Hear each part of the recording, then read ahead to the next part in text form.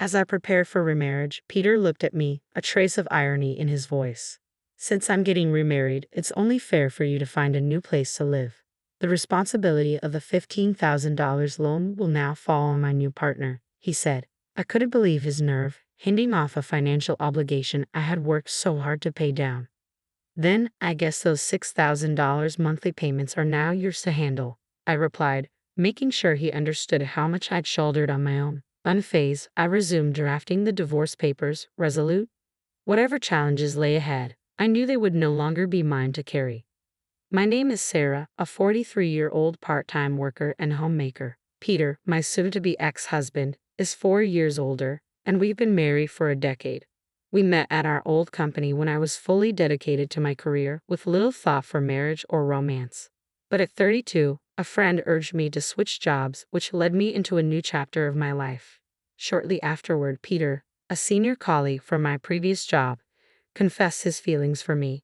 From the start, our relationship was seen through the lens of marriage. Despite my hesitations, we married 3 years later, largely due to family pressure. Peter's parents were very supportive, treating me like a daughter, which helped me settle into married life. A year into our marriage, we built a house together, a symbol of our shared dreams, despite the heavy loan and long-term repayment plan. In those early years, we were a typical working couple, supporting each other's ambitions and managing finances together. But 4 years into the marriage, just as we started talking about having children, Peter announced he was quitting his job to start his own business. A lifelong dream of his, he had hoped to become an entrepreneur by the time he was 41 and had been quietly making connections and saving for it. The news was a shock, as he had already resigned before telling me. It hurt to know he hadn't included me in such a major decision, especially since he expected my income to cover us during his transition. Shortly after launching his business, a family crisis struck. My father-in-law became gravely ill, needing extended hospital care. We quickly realized he wouldn't be able to return home without significant modifications to accommodate his condition. Though my in-laws insisted they could handle it financially, Peter unilaterally decided that we would cover the costs of all the renovations. I wanted to support my family however I could, but taking on all these expenses was daunting. Our household costs soared, and I found myself reeling under the weight of our financial pressures. Peter's business struggled to gain traction, with frequent contract cancellations and few new opportunities. His income had dropped sharply, leaving me to cover our living expenses and the substantial loan payments on my own. Despite the near collapse of his earnings, Peter seemed strangely detached, brushing off my concerns as if the problem was someone else's. As our credit card debt began to mount, Peter continued his nights out, claiming they were essential for building client relationships. With debt piling up and our future clouded by financial strain, I suggested we consider drastic measures, either sell the house or shut down the business. Peter, ever the optimist, waved it off, insisting we just needed to persevere. In reality, we were barely scraping by on my steady income alone. I was shouldering the full weight of our finances, while Peter remained oblivious to the seriousness of our situation. Discussing it felt increasingly futile, as he dismissed my concerns as long as bills were covered on time. Gradually, our conversations faded, and though I knew Peter was seeing other women under the pretense of work, I felt a strange indifference toward him. One evening, after I returned home from work, Peter broke our long-standing silence. Smirking, he tossed a piece of paper onto the table in front of me and announced with smug satisfaction, "I've decided to divorce you. Please sign here." Peter's words, as he handed me the papers, hit with less impact than I expected. I took a deep breath, surprisingly calm, knowing that I'd been considering this step myself if he hadn't gotten there first. "Can we wait a moment? I just got home. Let's sit down in the living room to discuss this," I suggested. "So now you want to talk, but you're just dragging things out?" he replied, irritation lacing his voice.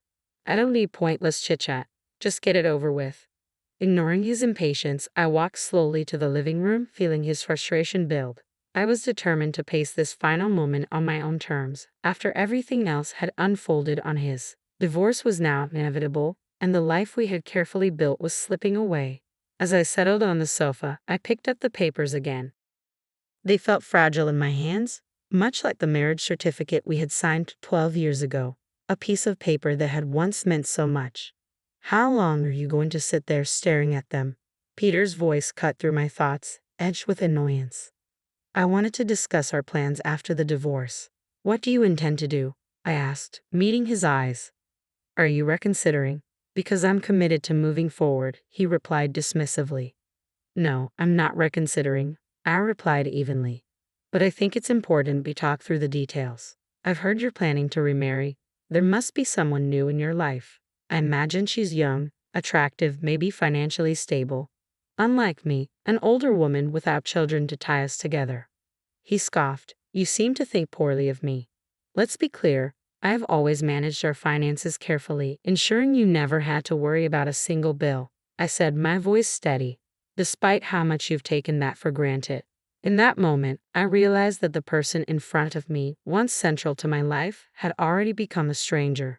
The future I was about to step into felt clearer than ever. I believe I'll be better off without you, I said calmly, feeling an unexpected sense of relief. Honestly, this divorce is a weight lifted. I'll ignore your harsh words as nothing more than frustration from someone who's feeling defeated. There's no more to say, and soon, I won't have to see you again. Please be sure to move out by the end of the week. Actually, I'm leaving today. I can't stand listening to you any longer, Peter replied with a sneer. Oh, and in case you're wondering, my new partner knows about the debts. She's agreed to pitch in $1,000 a month for our living expenses. Should it be too hard for her, unlike it was for you?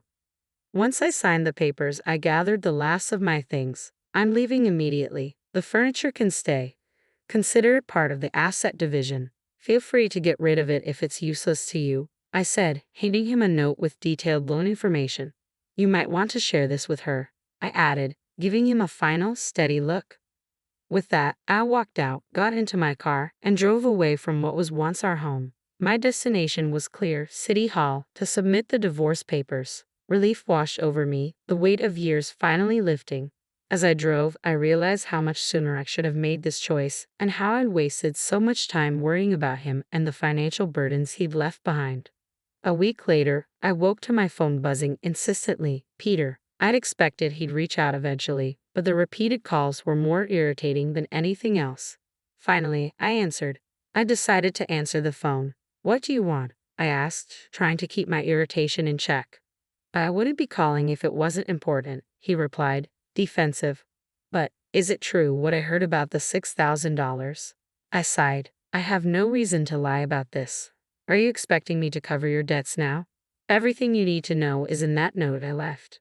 I'm calling because I still don't get it, even after reading it, he said, frustration seeping into his voice. Taking a deep breath, I prepared to explain. All right, let me break it down. Besides the mortgage, there are other expenses. The renovation costs for your parents' home, the personal loan for your father's medical bills, the business loan from your venture, and all the credit card debt, all of it in your name. If it were just the mortgage, I might have managed. But there's far more, and now that we're divorced, it's no longer my responsibility. I told you when I left, there's a $6,000 monthly payment due, I reminded him. You spent money recklessly, and now it's catching up to you. Did you ever think about those payments? Well, now they're yours to handle, alongside your new girlfriend. Isn't that why you divorced me in the first place? Actually, she broke up with me, Peter admitted quietly. She said $6,000 a month is too much. I figured as much, I replied. Even someone with a high income would hesitate to take on debt they didn't create. Did your salary increase after you changed jobs? Yes, it increased fivefold, he admitted, but all that extra income goes straight to repayments. It was clear he was finally beginning to realize the weight of what he'd signed up for. I had no idea you were making that much, I said, surprised. If I'd known, I might not have suggested the divorce. It's not like you didn't know, he countered. You just weren't interested. After I changed jobs, you never once asked about my work or my salary. You should have brought it up yourself, I replied. You barely communicated even before you started making more. When you had little to no income, you still spent as if there was no limit. He sighed, frustration evident. Let's start over. Come back to me. I can't, I stated firmly. I finally reclaimed my freedom. But $6,000 a month in payments is unmanageable. Why don't we sell the house? You could use some of your income to pay down the debts, he suggested. Why should I? I responded, my voice calm. I have no part in those debts. I'm not interested in a stranger's financial burdens. You're incredibly cold, he said, his tone wounded. Don't you have any empathy? Maybe I do seem cold, I replied, but I've made payments on those debts for over 7 years. At first, it was for love, but then it was out of duty to your parents. You wanted the divorce. You chose this path. I took a deep breath. Technically, I could sell the house, divide our assets, and even file for alimony due to your infidelity. But honestly, I just want my peace. I'm exhausted from covering your reckless spending. My life is finally mine. With that, I ended the call. After our conversation, Peter stopped reaching out. The relief was immense. I later learned he'd lost both his job and the house and had to devise a new repayment plan. Going back to his old job wasn't easy under everyone's scrutiny, and his loan payments remained a constant burden. His parents, unfortunately, had to sell their home and move into a retirement facility. Knowing they wouldn't have had to make such a difficult decision if we hadn't divorced, I decided to help. I assisted with their move and contributed financially to cover the entry fees, a small way to repay the kindness they'd shown me. I genuinely hope they can now find some peace, free from that financial weight. As for me, I've embraced a simpler, frugal lifestyle and am comfortably building my savings. I'm exploring investment options to secure my financial future, and life with my new partner, whom I met after the divorce, feels fulfilling both personally and professionally. At last, I'm finding the happiness I had been missing for so long.